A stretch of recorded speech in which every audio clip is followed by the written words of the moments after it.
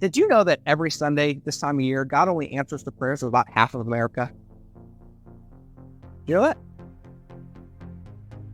Whenever there's a football game on Sunday afternoon, half of America is praying for one team to win, the other half is praying for the other team to win.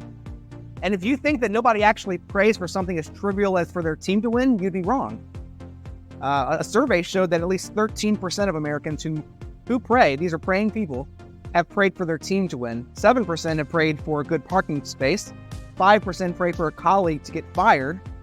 And 21% have prayed. Some of you have done that, apparently. And 21% have prayed to win the lottery. Sometimes we ask God for very silly things. So Jesus responded to James and John, "You don't know what you're asking.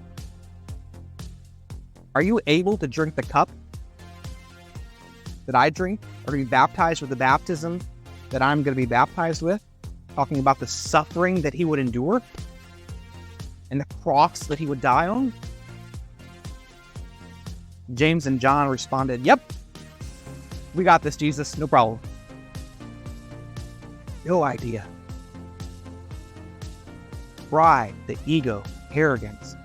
They thought that they could be like Jesus, not in his suffering, but in his glory. Skip down to verse 43. On the contrary, whoever wants to become great among you will be your servant. Whoever wants to be first among you will be a slave to all.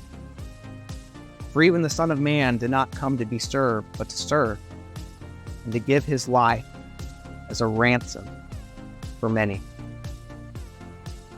We looked at this idea of Jesus being our ransom a few weeks back, and saw that refers to the payment that was made to deliver us out of slavery.